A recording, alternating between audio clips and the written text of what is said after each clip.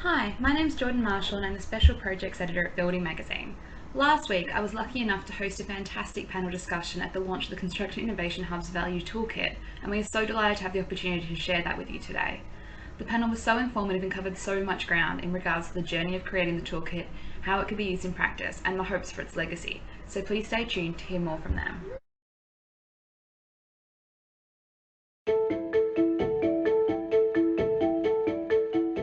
I have done a lot of webinars with the Construction Innovation Hub over the past couple of years about the toolkit, so it's really exciting to be here today as well, particularly with such a wonderful panel. I'd like to start off by introducing them. Next to me is Mark Reynolds, Chief Executive at Mace, and next to him is Will Vara from the Infrastructure and Projects Authority. We have Tim Chapman from Arup, and Ali, who you've already heard from, Ali Jenkins, who's the Value Toolkit Integrated Project Lead at the Construction Innovation Hub, Alex Tate, Director of Practice and Individual Knowledge at the REBA, and Ian Nicholson, Value Toolkit Delivery Lead at the Construction Innovation Hub. So it's a really great panel and I'm really excited to be here today. I'm actually going to pick up with Ali first, based off something that you said in your intro, referring back to a webinar that we did with you in, I think, April last year with Ron Lang. And you were sort of talking about, we did that to coincide with the launch of the pilot testing at the time. So for those looking at the toolkit now, how's that changed since then, post the pilot? How's it looking different? So what's really exciting to see, having gone through the pilot stage, which is quite extensive, is where we've landed. And we'll talk through some of the changes from the pilot as we go through. But what we now have is almost a complete package. So we have the technical process that's all been agreed and signed off. We have the training and the tools to help industry get up to speed with where we're heading. We have the web app, and I know Dave somewhere in the audience, I'm sure he will advocate for the value of having digital tools associated with these kind of services. And we have the BSI Flex standard as well. So I feel in the last year we've taken quite a significant shift from having what was a technical process that had been innovated into a viable solution that can now be cascaded at scale. Brilliant. So I guess that sort of leads me to ask, what happened during that pilot testing phase? And it's probably a question for both you and Ian that can cover that. But what did actually go on during that pilot testing phase? Well, I think as you heard in the video at the beginning, we had about 140 organisations that came on board to test it. So we had a lot of feedback from a lot of diverse sectors within the industry that were testing it. So my team had a great challenge at the end of November after the 6-month testing period to actually try and assemble all of that and try and work out what the key points were that we wanted to that we needed to take forward. And I think there were 4 key things I think that came out for us. One is the integrated process that we developed that had 5 streams was it was great, really detailed, but actually it formed a bit of a straitjacket in the way people were interpreting things. So we've streamlined that down. So there's one, now we have 2 streams, a core process stream and a supporting stream on client approach, which is about additional things that clients really ought to think about doing if they want to really embed value-based decision-making into the way they run their projects. And those are things like risk issues, commercial-related issues and the like. So that was number 1. Number 2 was about how we measured value. We've introduced the concept of scorecards. So it's about this idea of you change and evolve what you measure for as you move through different stages of your project's life. And that came about as well because we realised that as we were developing outcomes through the pilot stage, we didn't have much consistency in terms of the level of outcomes that we were asking people to develop and sort of embed into the process. So we had stuff that was really, really detailed, like achieve 65% reduction in embodied carbon, and another one might be reduce reoffending in a prison project. Well, how do you measure those and compare those?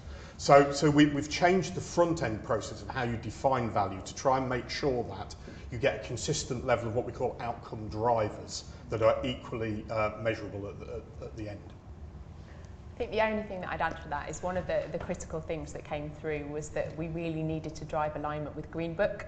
And I'm really proud and very pleased that we've got to a place where we have a clear statement of support from the Treasury team around how the Value Toolkit supports and enhances the Green Book process.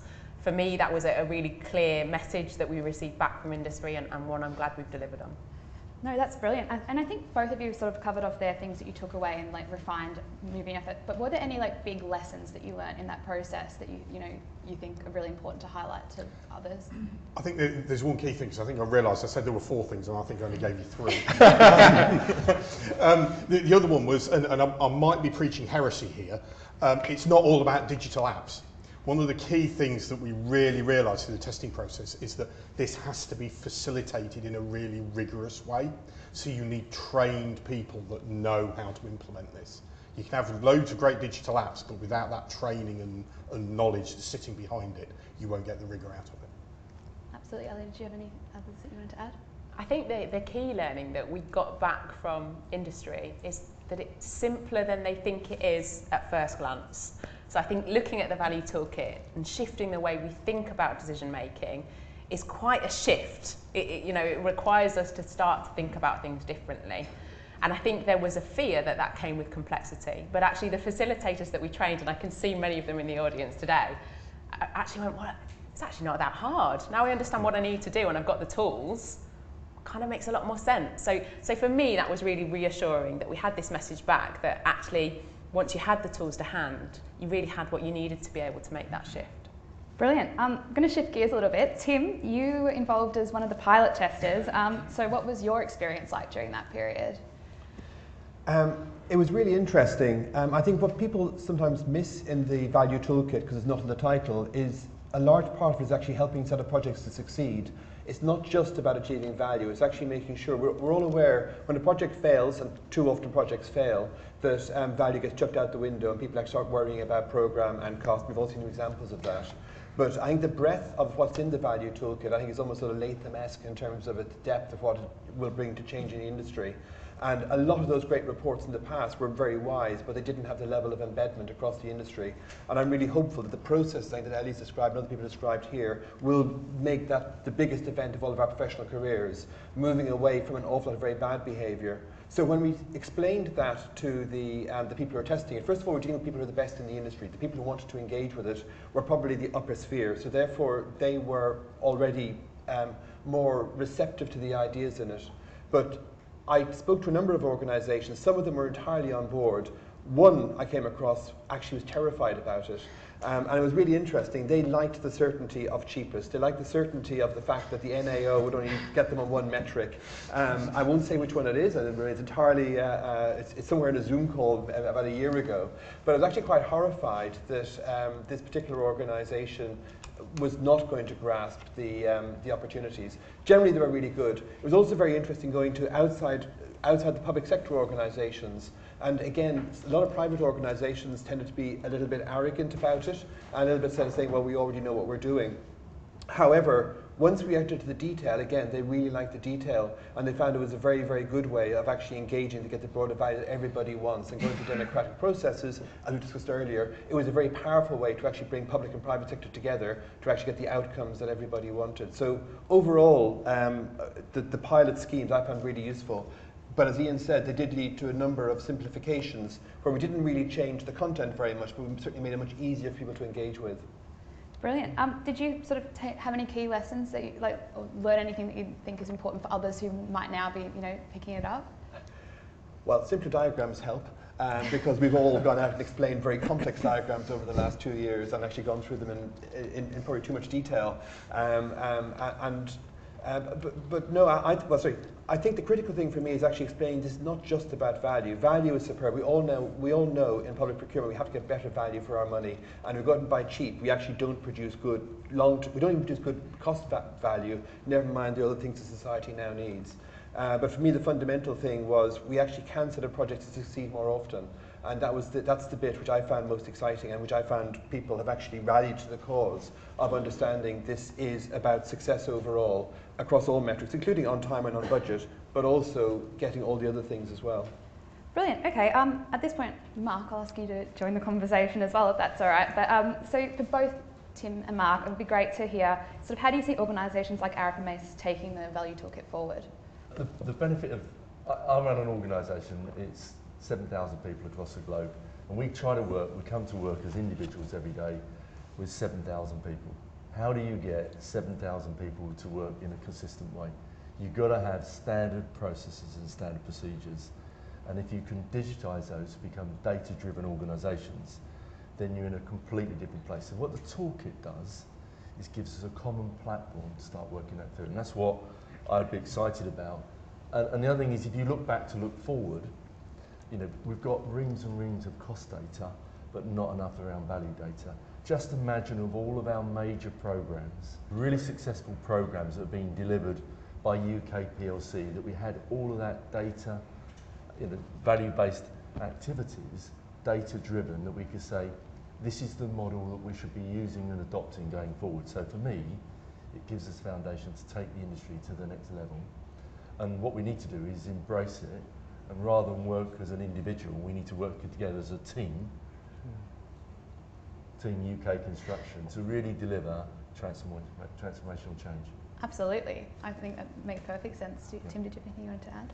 Yeah, I mean, as Arab, we are a global organisation advising clients all the way through the cycle, and we're really excited about this. Now, we've got some of our colleagues in the audience here this evening because we want to engage with it globally.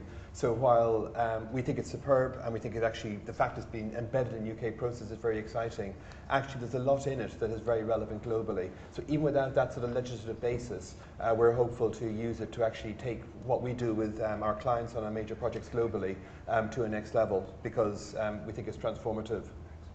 Brilliant. Alex, now it'd be great to get your perspective as well, because we've had sort of that consultancy view and construction view, but sort of how do you see the RIBA's community getting involved? Well, to start with, the RIBA and many other professional bodies, and hopefully they're all here, our involvement was based on the fact that we have our own consultancies, and so our role is going to be primarily around embedding this in our standards and our standard processes. So that's what we do. We set competence, we create frameworks, so we'll be building the Value Toolkit into those.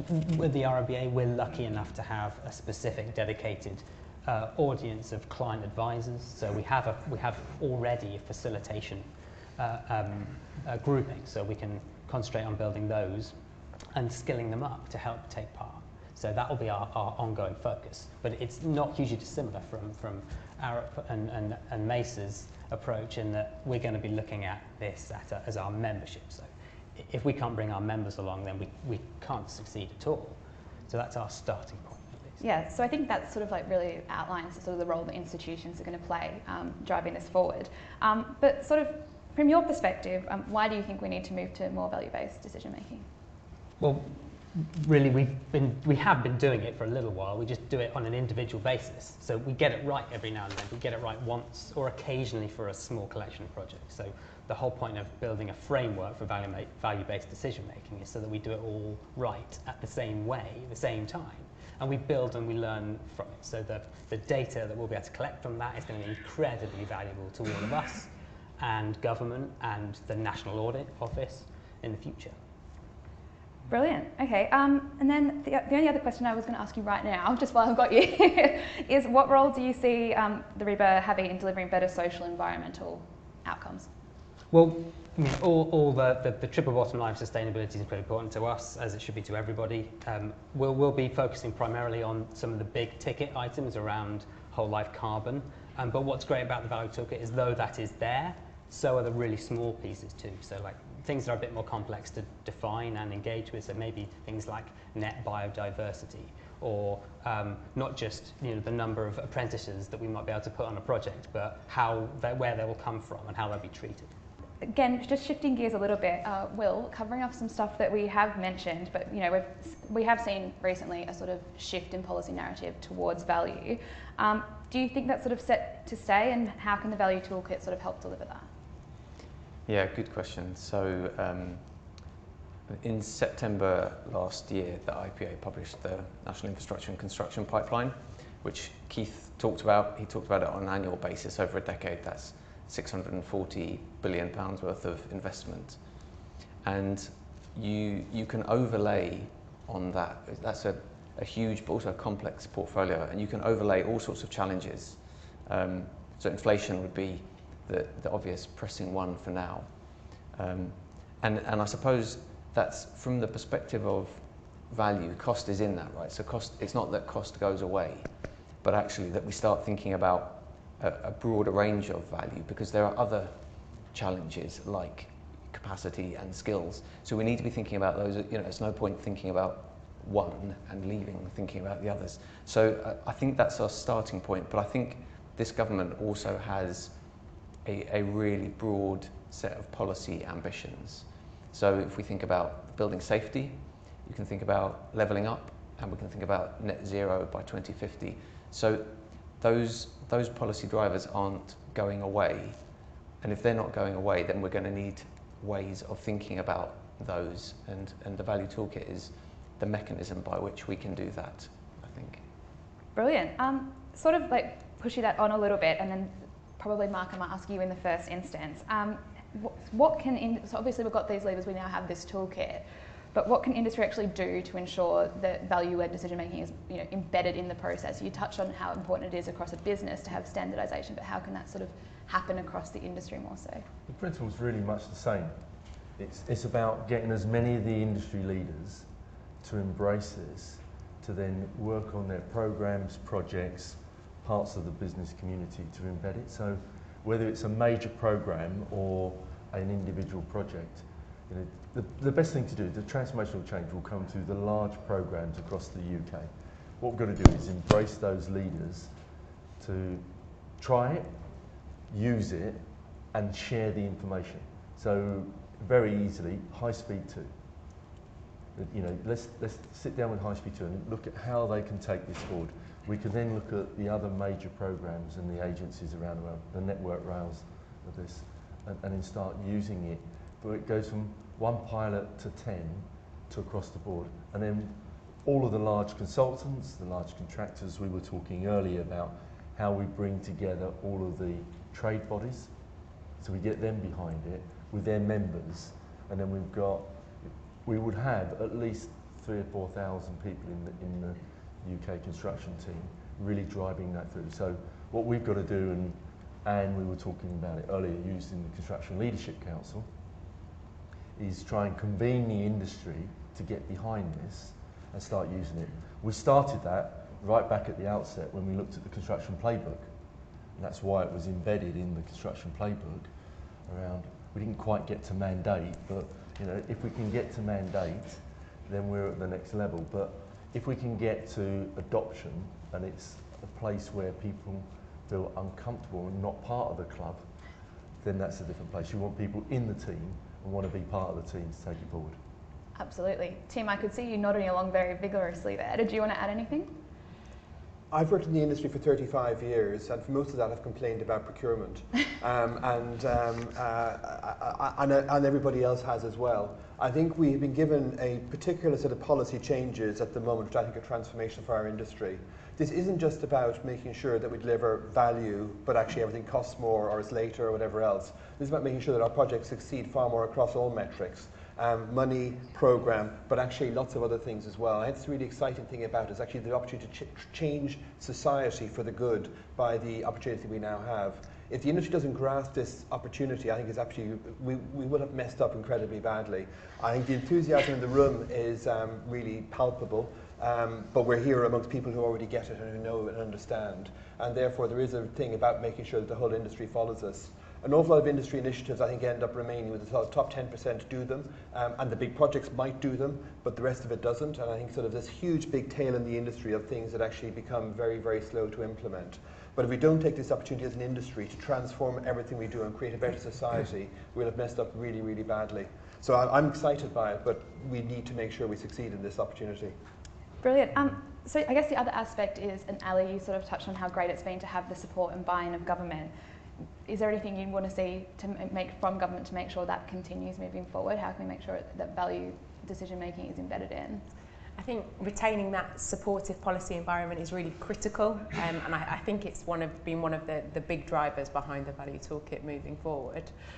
So as Mark referenced, we would really like to see the reference within the construction playbook updated, and that's something we're working really closely with the Cabinet team on as we speak. So I think if we can retain that, and we can see a drive through some of the major projects and programmes that are coming through the pipeline, both of those things will be pretty critical. But Will, is there anything you'd add to that? Yeah, I would. I probably would. I mean, I think yes, I would definitely agree. The policy environment is there already. So, in transforming infrastructure performance roadmap to 2030, which isn't like the BS, you know, it's a long name, but societal outcomes are there already. So and as Mark says, it's built into the construction playbook, and actually that is a comply or explain. So it's not quite a mandate, but it is comply or explain. And I think actually Minister Rowley made a very good point, which is that we have agency actually. So it's there in the policy context, and now it's for us as an industry to make it real.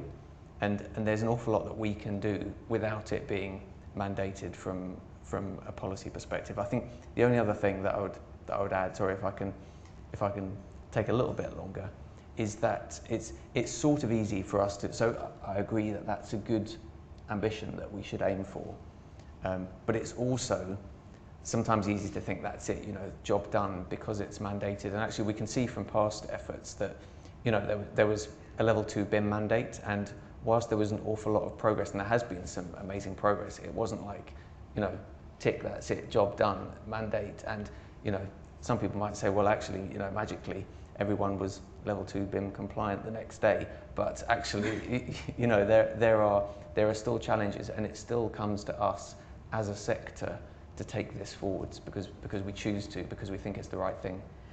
Absolutely, and the take steps forwards leads me nicely because I wanted to have a chat about next steps.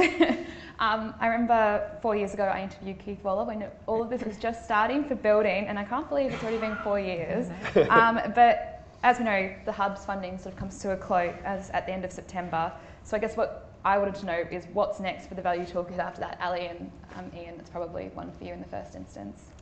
So we're working, we've come out of the technical phase and we're going into a transition phase now. So over the next couple of months, you'll see some quite tangible things come through. The first is that you'll get the updated overview document, which gives you the Value Toolkit in a nutshell. The second is that later in the summer, we will be running pilots of all of the training courses that we've mentioned here today. Now, we're only running 2 pilots for each training course, so places will be limited on those courses, and we know there'll be a lot of interest. But I'm happy to talk through with anyone afterwards, and we'll be doing some more promotion around how you get a place on those pilot sessions. So they're the 2 immediate things. I think we've already referenced the fact that we're working really closely with the IPA and BASE to secure that lasting legacy. But I guess I would go back to all of the audience here tonight and say, don't wait for that. You know, take the mantle, make sure that you're embedding it in your client conversations, make sure that you think about how you're embedding it in your own organisational thinking. I think that's the mantle that needs to be passed across today. If everyone could sort of give me a very brief one-line answer about if 5 years from now you were looking back and you wanted to judge whether the toolkit was a success, what would that look like? Does anyone want to be brave and go first? Well, for me, you would be able to use it and compare yourself against what's been done in the past. So you'll be able to set that new benchmark to take things forward. And that's really what we want, is compare ourselves to make what we've achieved previously much better in the future. Brilliant. We'll just go round, Will. Okay, so yeah, really like that and agree with that. It's a pleasure. I think one that I would add is that we would start seeing that thinking translate into the way that the services are offered to clients. So at the risk of making it not really one line, we would move from like helping to deliver outputs to helping to deliver outcomes in the service offerings. Brilliant. We're facing into 3 massive catastrophes of climate change, biodiversity and social value, all of which need to be massively improved. And for me, if we start picking the right projects to do at the early stages and make sure we then deliver them to give the right outcomes, that for me would be transformational. I mean, Keith Waller's always said, we spend too long as an industry doing the wrong thing well. I want us to help us make sure we do the right things. I think that is, for me, sums it up. Ali? I think for me it's around shifting the wider narrative that we have within our sector. And I think if we have people across our sector being able to talk about value with the passion that I know everyone in this room would, I think that will be the landmark change that I'll be looking for. Alex? Well, the Value Toolkit's all about balance. and the primary balance conversation we have at the moment is around CapEx versus OpEx. So I'd rather like that to go away and for us to be able to talk about wider value, down to the nitty-gritty as well as the big picture. And last but not least, Steve. I think seeing those organisations that provide strategic advice to clients using it as standard. So, you know, far too often you hear people say, oh, well, I'll do something if the client asks me to. Actually, to see this standardised, so it is the way decisions are made, full stop. Unfortunately, that's all we've got time for. So I'd love to say thank you to the panellists, everyone for contributing, and everyone who's contributed from the audience as well.